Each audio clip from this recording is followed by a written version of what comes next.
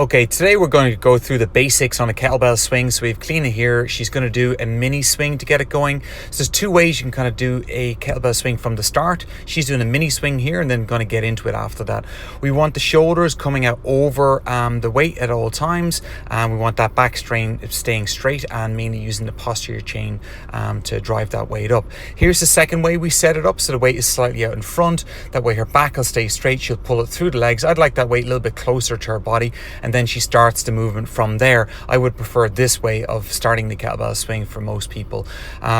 Big issues then for a lot of people when they're doing kettlebell swing. This is the most common. This is called squatting the kettlebell swing. So basically, as she's coming up and down, she's squatting. She's also doing a little flick there at the top, which you shouldn't do. The grip should be a little bit more firm in that position.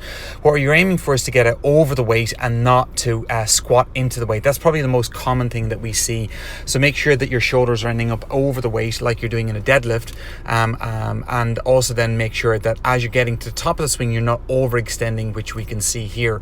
So she has a huge overextension lower back. Avoid that. So squeeze your bum and squeeze your thighs at the top to avoid that. So there's two types of kettlebell swings. They've mainly all been almost like a Russian style, where you're going up as far as about head height. There you see a perfect back position. Again, this is a lot heavier. This is 16 kilos, and again, this is more like a standard Russian swing where we're going up to that head or chest height position. Again, butt out, back straight. You can clearly see the shoulders now are out over the weight an awful lot more, and it's exactly what we want to see.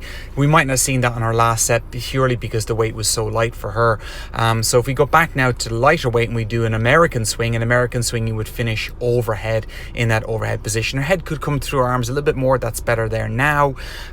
So then that's a full extension overhead. So either or is fine. Do whatever swing you're happy to do, that as long as you can get into good positions. You don't have to go heavy. Hope those covers all the basics.